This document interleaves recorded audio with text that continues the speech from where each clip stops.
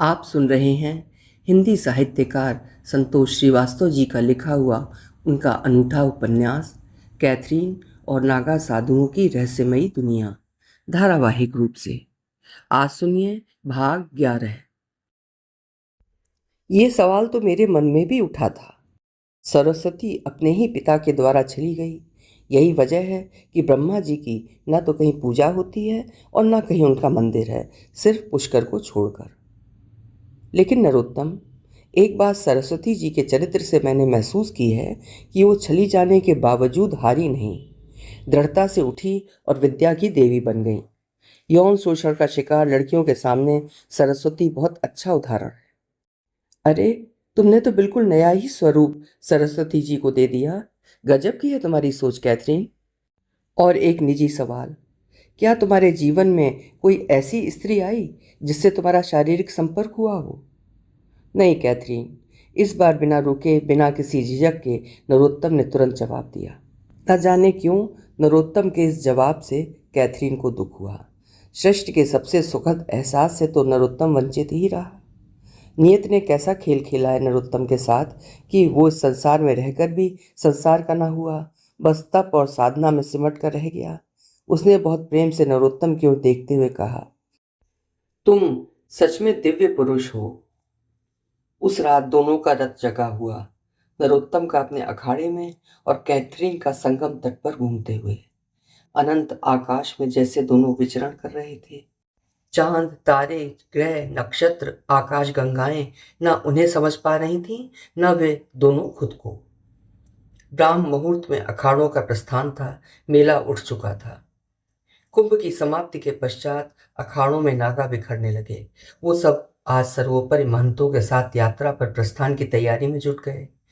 पंचों, श्रीपंच, पंच परमेश्वर और जमात जैसे पदों वाले ये नागा अखाड़े के संग शंभू पंच के साथ प्रस्थान करेंगे। पंचों के अतिरिक्त कुछ छोटी छोटी टुकड़ियां देश में भ्रमण करती रहती हैं। इन छोटी टुकड़ियों यानी झुंडियों के अपने इष्ट देवता, निशान, केसरिया, ध्वज, माला, छड़ी रहते हैं।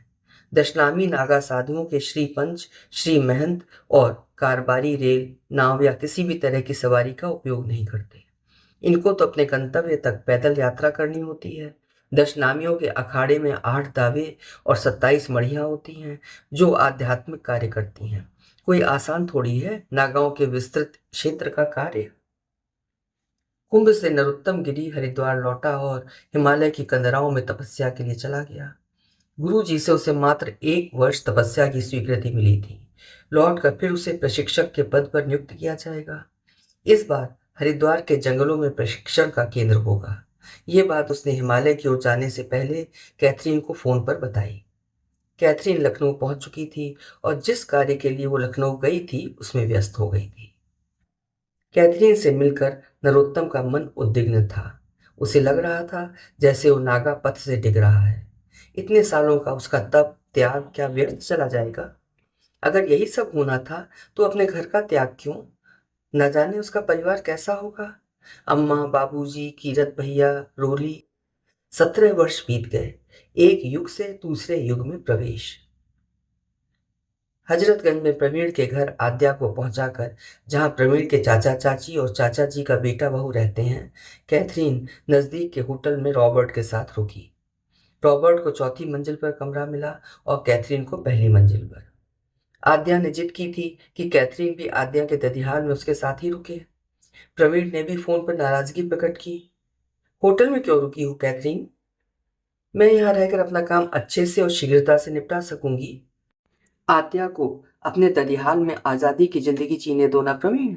2 दिन की ही तो बात है। ठीक है, जैसा तुम उचित समझो। वैसे तुम मानती कहाँ हो किसी बात को? कैथरीन ने गहरा ठहाका लगाते हुए कहा। इतने सालों बाद समझ पाए तुम मुझे? प्रोफेसर शांडिल्य का फोन लगातार आ रहा था। उसने प्रवीण से विदा लेकर उनका फोन रिसीव किया। किस होटल में रुकी है मिस बिलिंग? आधे घंटे में पहुंच रहा हूं। डिनर साथ लेंगे। मेरे साथ रॉबर्ट भी है, आद्या का मंगेतर। कैथरीन के लखनऊ आने की खास वजह प्रोफेसर शांडिल्य थे, जिनसे वो सिडनी के state library of New South Wales में मिली थी। वे हिंदू अध्यात्म पर रिसर्च कर चुके थे और इन दिनों भगवत गीता की मीमांसा कर रहे थे। उनके इन्हीं कार्यों के लिए उन्हें जापान, मलेशिया और सिंगापुर के महाविद्यालयों में कार्यशाला और व्याख्यान के लिए बुलाया जा चुका था। सिडनी के पुस्तकालय में भेंट के बाद कैथरीन बहुत अधिक रुचि ले रही थी। शायद उसके बिखरे कार्यों में उनसे मदद मिले। उन्होंने अपने छात्रों को बताया है कि प्रत्येक काल मानव शक्ति को सार्थक कार्यों के लिए उत्प्रेरित करता है।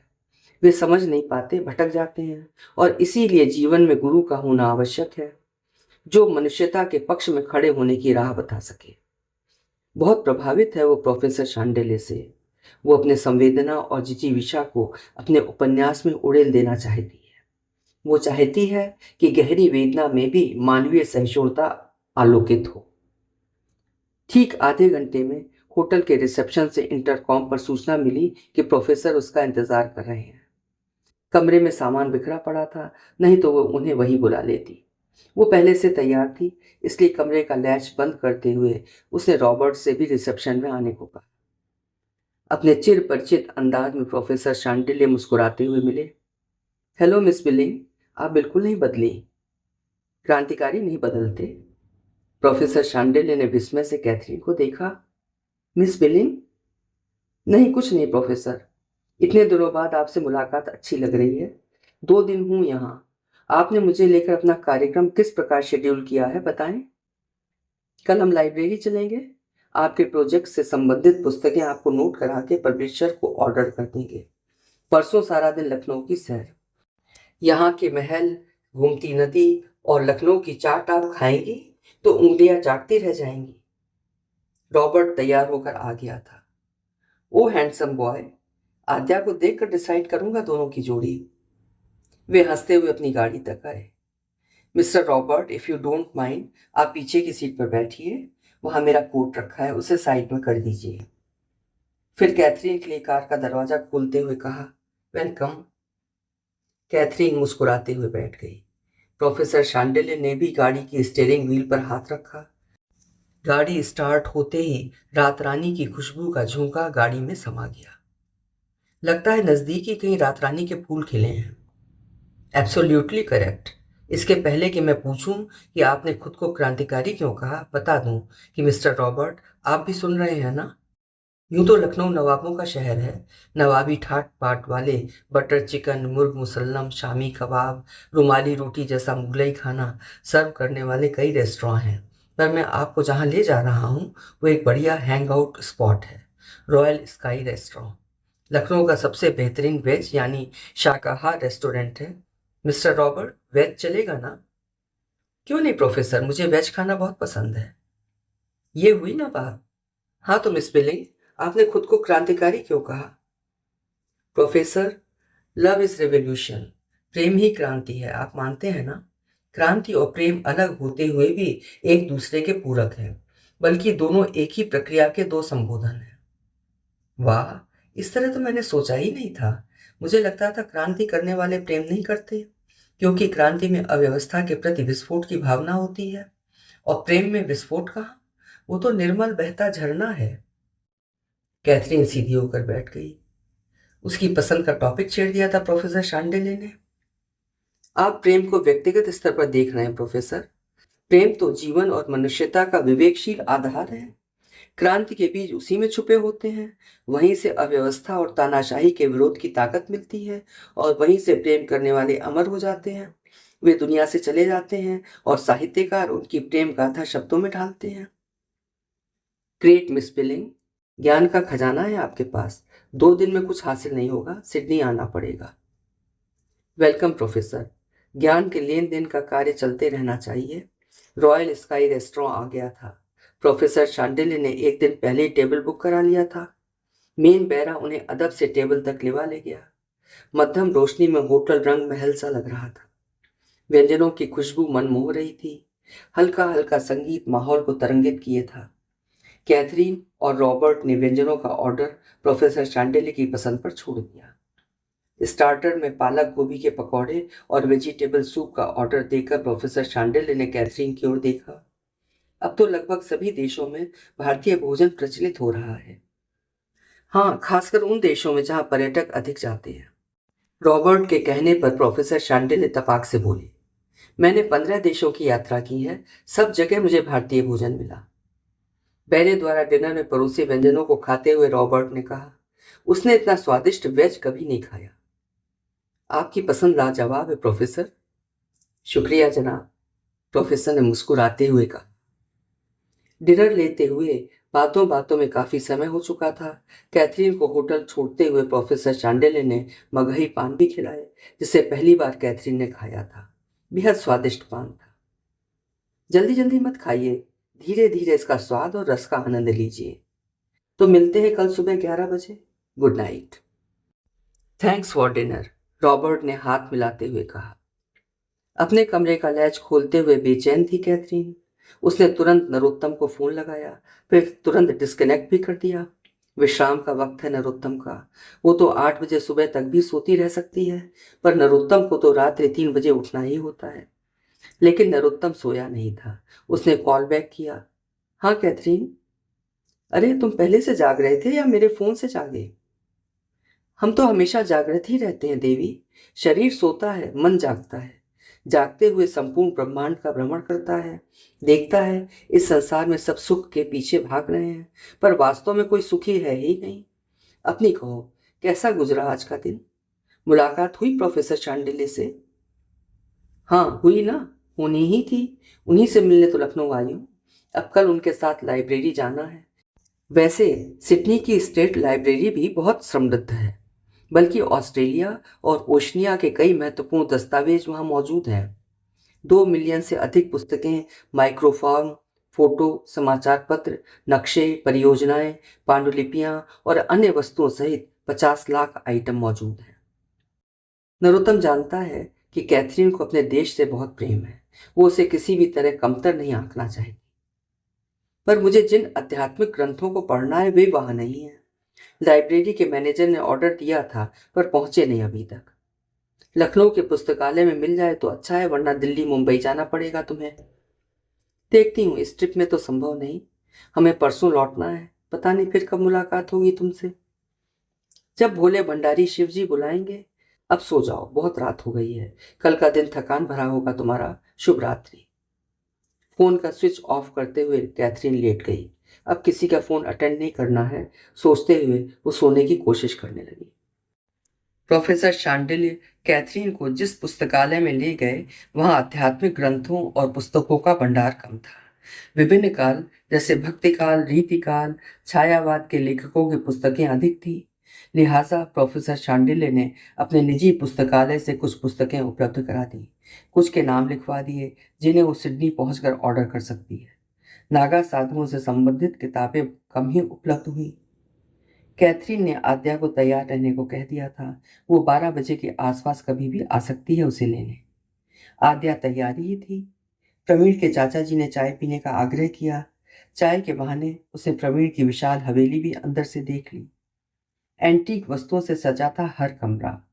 हवेली के कंपाउंड में आम, जामुन, इमली, पीपल के झाड़ लगे थे और एक बड़ा सा स्विमिंग पूल नुमा कुंड था, जो सूखा था और सूखे टूटे पत्तों से भरा था। भले ही अतीत के घाव पूरी हवेली की दीवारों पर थे, लेकिन वो घाव भी समृद्धि के गवाह थे। चाय के साथ गर्म समोसे और गुलाब जामुन थे। आद्या अंदर के कमरे से अटैची ले आई, जिसे रॉबर्ट कार की डिक्की में रखने ले गया। औपचारिक बातचीत करते हुए लगभग 1 घंटे बाद वे लखनऊ सिटी टूर पर निकले। आद्या से मिलकर प्रोफेसर शांडिल्य बहुत खुश हुए। बेगम हजरत महल पार्क की ओर गाड़ी ड्राइव करते हुए उन्होंने आद्या से कहा, वैसे तो लखनऊ एक दिन में नहीं घूमा जा सकता, पर मैं तुम्हें मोती महल और गोमती नदी जरूर दिखाऊंगा। फिर चलेंगे रॉयल कैफे, जहाँ की बास्केट चाट फेमस है। यानी चाट से भरी बास्केट? हाँ आद्या, आलू, दही, बेसन के सेव और चटनी के साथ फल भी होते हैं उसमें। लेकिन मुझे आलू की टिक्की, मटर चाट, दही बड़े और गोलगप्पे खाने हैं, और फिर मटका कुल्फी।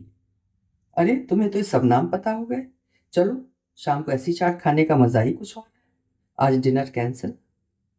आद्या के कहने पर सब हंस पड़े। लखनऊ के ऐतिहासिक महल, इमामबाड़े, पार्क घूमते हुए और गोमती के किनारे आधा घंटा बिताकर चटपटी चाट का मजा लेते हुए कब रात हो गई पता ही नहीं चला। कैथरीन से विदा का समय आ गया था।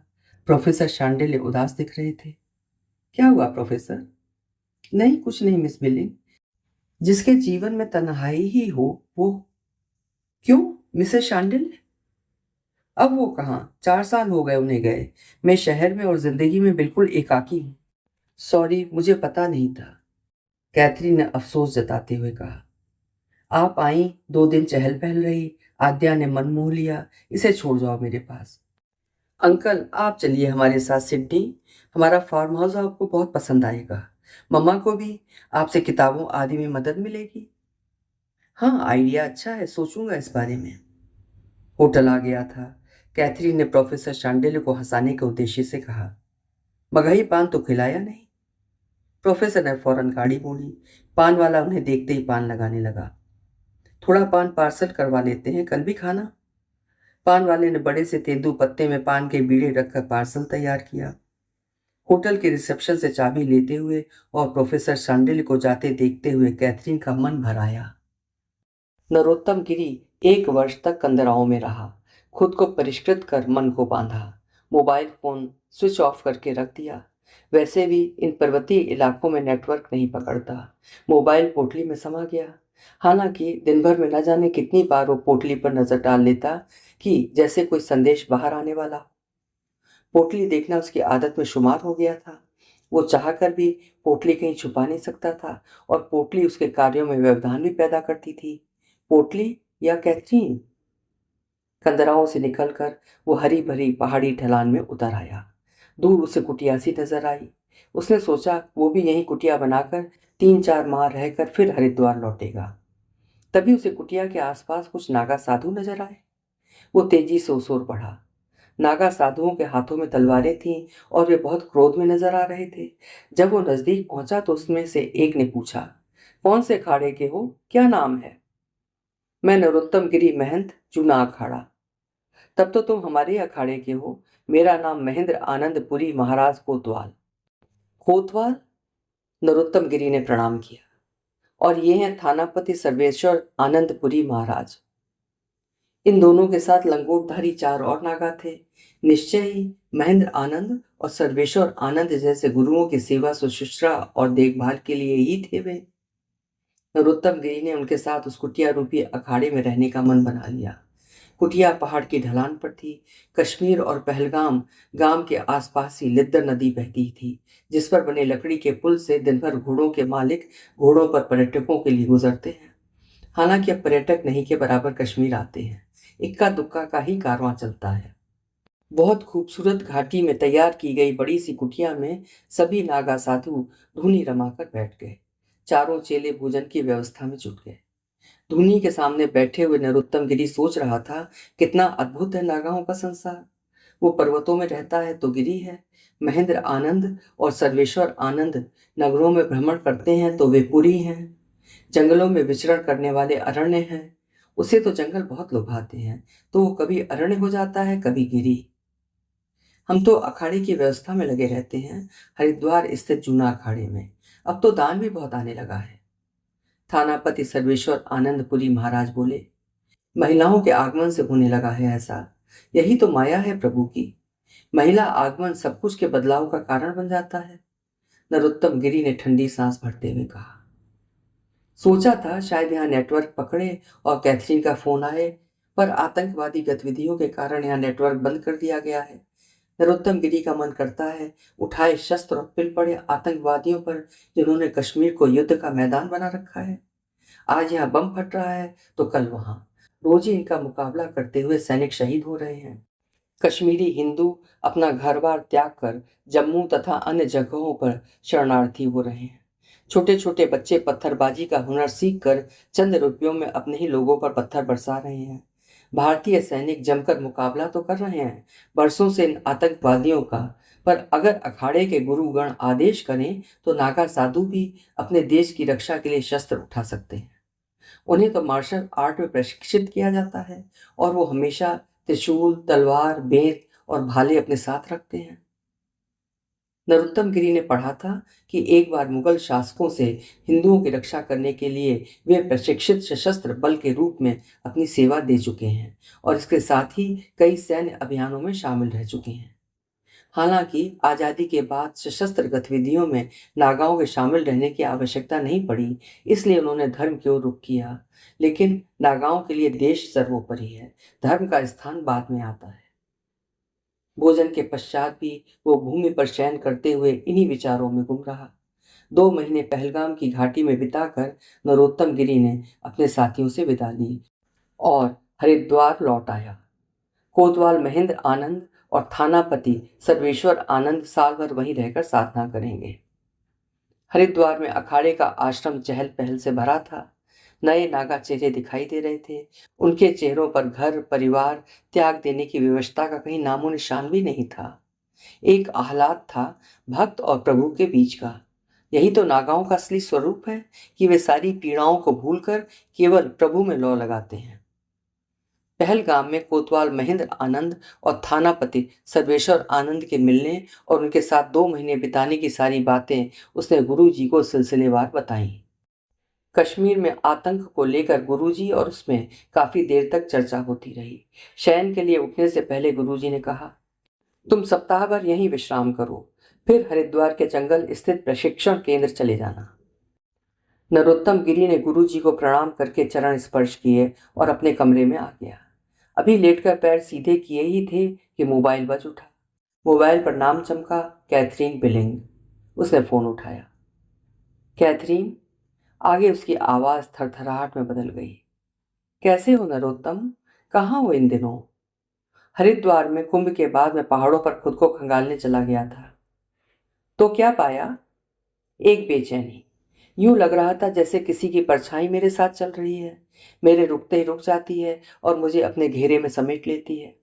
मेरी सांसें घुटने लगती हैं और मुझे लगता है जैसे मैं पाताल में धंसा जा रहा हूँ। इतने दिनों बाद नरोत्तम से बात होने के कारण कैथरीन बहुत हल्के मूड में थी। उसने नरोत्तम की गंभीर बातों को हल्के से लेते हुए कहा, नागा बाबा क्या मानव हो रहे हैं? तो क्या मैं मानव नहीं हूँ? भोजभाषा में भी तुमने यही कहा था। बताओ, क्या मैं मानव नहीं हूँ? तुम्हें समझना जरा कठिन है। कोई तो एक सूत्र है जो तुम्हें पूरी तरह सन्यासी होने से रोक रहा है। अच्छा सुनो, किताब लिखनी शुरू कर दी है मैंने, जिसका वादा मैंने भोजवासा की गुफा में धूनी की आंच को नकारती उस बर्फीली रात में किया था। हाँ, मुझे याद है। ये भी ज्ञात हो गया है कि किताब मुझ सिरफिरे पर ही केंद्रित होगी।